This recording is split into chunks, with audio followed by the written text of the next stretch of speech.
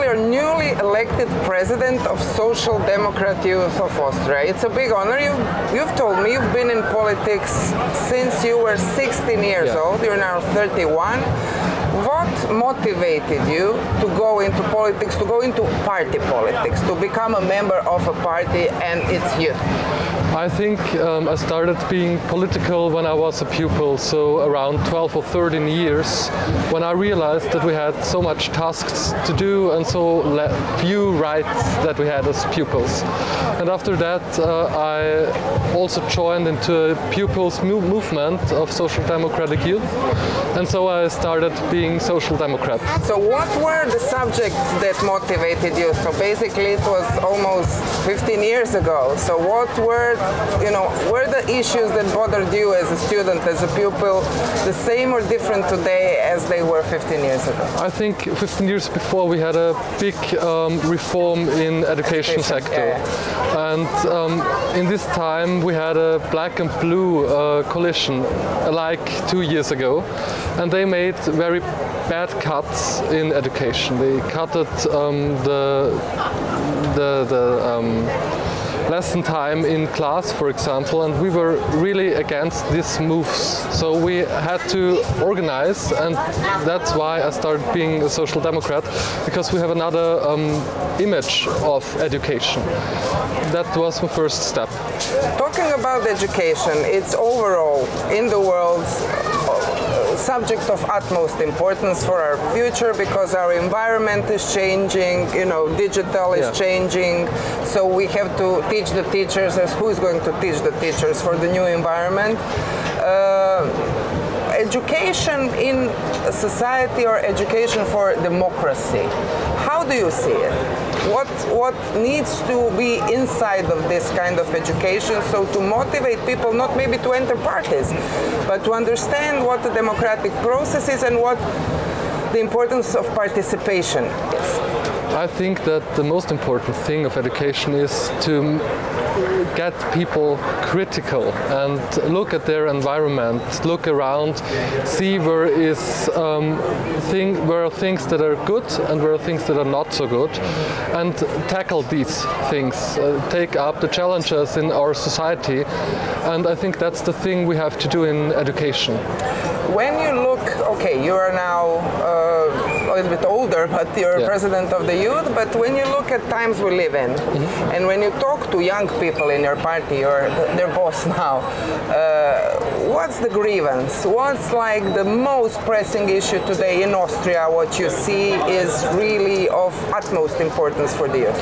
I think there are two things. At the moment, it's the inflation crisis. Young people can't afford a flat, can't afford the car, can't afford going to their jobs. That's the one thing. The other thing is the climate change and the climate crisis, which is one of the most problematic things and one of the biggest challenges we have to face now. Talking about economic situation and climate, which also has a lot to do about the changes that we face. The issue of values, of democratic values, rule of law, trust into institutions, corruption, which we also had in politics, how much it kind of pushes young people away, or make them go into some, populist movements, or think, oh, they're all the same, I won't bother with this, I won't go out and vote? I think the lack of trust in politics is a big problem, not just for young people, but for all people. And if we look at the last things coming up in Austria last week, the corruption crisis in the Austrian People's Party, then we see that politics has a very bad image.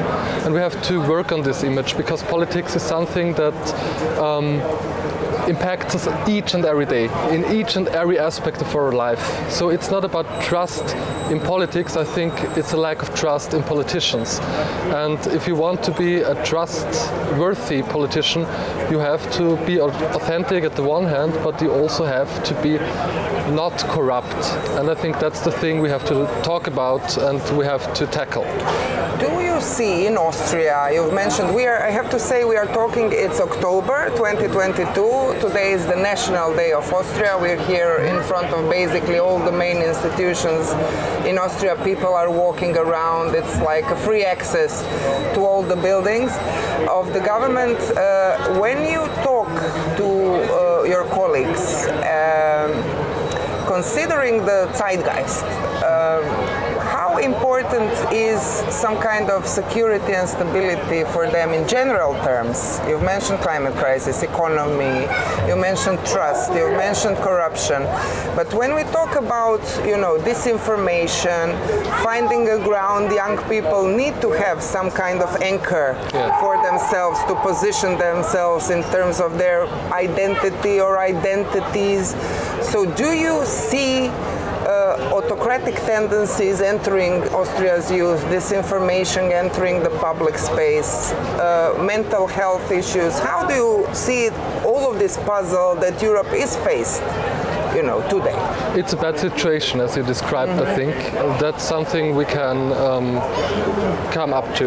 The thing is, people need security, also young people, but I wouldn't say security like much police or much military, more like social security. And that's the thing, like being a welfare state is very important for Austria. And I think we have to keep this up, this image of a welfare state, because it's so important for getting psychological treatment if you need it, health treatment if you need it, education if you want to get educated, and so on. And all these things, they are questioned by corruption, they are questioned by this insecurity in whole Europe. And we have to be, as social democrats, the anchor that fixes up this welfare state in our society.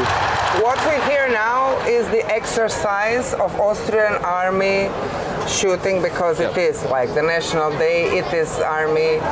Austria is still a neutral country, which is interesting because of the militarization of the whole Europe concerning the Russian aggression towards Ukraine. How much are or is youth in Austria active in terms of these subjects, international subjects, because we do live in global world. I'm not going to show the phone again, but really we are like globalized youth. They can organize globally, you can organize globally. So do they care what's going on around them? We remember 2015, we remember that youth were there for the refugees, showing solidarity, but what's boiling within Austria in that regard? I think that this war is one of many crises that young people have lived in by now.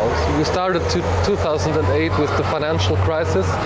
You mentioned 2015, where young people were so solidary with refugees, and now we see a war in the middle of Europe.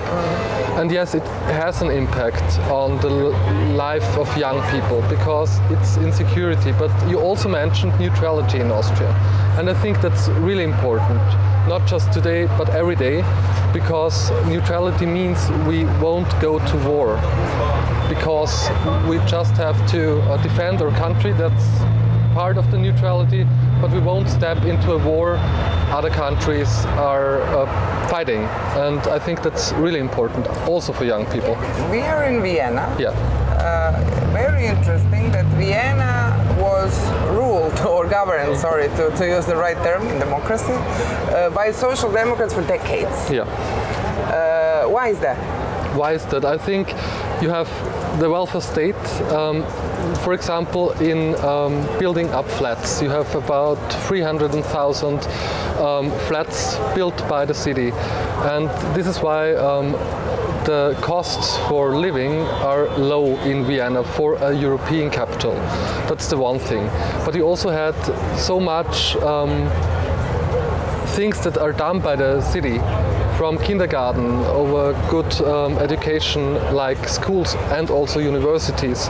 You have a welfare system keeping up also women's rights, which is very important. And if you look outside Vienna, we have a lack of women's rights still in Austria. And I think all this package of a social democratic politic since the 1920s kept Vienna a red city. Talking about the trends and what we are experiencing, 2 years ago, somewhere around this time, there was an unprecedented thing in Vienna. Young guy, Austrian, but from the Balkans, committed carnage. There was a terrorist attack. He was running through the streets of Vienna, killing people randomly. He was basically radicalized. The issue of radicalization in terms of any kind of extremism, let's say extreme right for the Europe as such concerning its history, is it worrisome for you? Yeah, it is, of course, but all parts of extremism are worrying me because it also means that if you're an extremist, you're stepping outside the society. And if you leave society, then we have a really big problem and we have to work on that. How? I think we need different things. We have to make clear that we have rules how we want to live. That includes also tasks of tolerance. Tolerance for LGBTQ people, for example, also tolerance for women's rights. And this is our lifestyle. We have to fight for that. I'm really clear about that because I think that if we are not, we are losing this tolerance. Not just because of Islamic, but also because of Christian fundamentalism. That's a thing. We have to do something in education. I think we have to get all these people in good schools. We have to give them chances and perspectives. If we do not, they step outside the society in a very young age. And where are they going? They're going to people who give them the feeling of being welcome. And if they are radicalization point, that's, I think, the most problem at all. So we have to keep them in education and in a society which held them up as young people, as people. You said a word which I think is very important. They give them feeling. Yeah. Emotions are very important in today's world. How would you describe emotion of today in terms of what youth is sensing in Austria? What is like the driver of today in youth in Austria? You mean the emotions? Yes. That, yeah.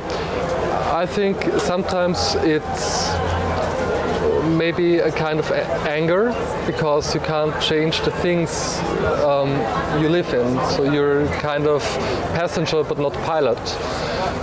That's the one thing. I think it's also a kind of fear, not having a good life. And fear is a bad emotion for young people to live up. And sometimes, and that's a thing I want to end positive on this question, you also find emotions of fighting for things like against the climate change. And this is so important also for me as a president of a political movement. And for the end, Austria is one of the rare European countries that lowered the voting age, so you can go and vote when you're 16 years old. Did it change? Did it affect the participation as such, or you needed some other things to kind of, how many young people go out and vote in the elections?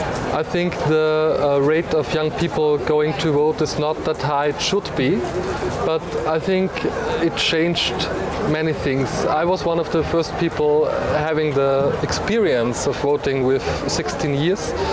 And when this came up, schools started working on democracy education, and this is very important, I think. The second thing is we did not just lower the age of voting, we also lengthened the period of our political legislation. So before it was 4 years, then it was 5 years. So at least the age didn't lower, it rose because many people had a later vote. But I think there's another task we have to talk about, also in Vienna, or especially in Vienna, if it comes to young people who do not have the citizenship. And in Austria we have around 18%, it's about 1.4 million people who do not have the citizenship but still live here, pay taxes, being part of a society, but they're not allowed to vote. And I think that's a really big problem. And I have to say, Austrian People's Party is here a very big break for this democratic movement. We have to do that in the next government. Otherwise, we will have a big problem in our democratic system. Michael, thank you so much. Your message to youth of Europe for the 2024 elections? Unite and stay European. That's so important for us all. Thank you so much for your Thank you. Thank you.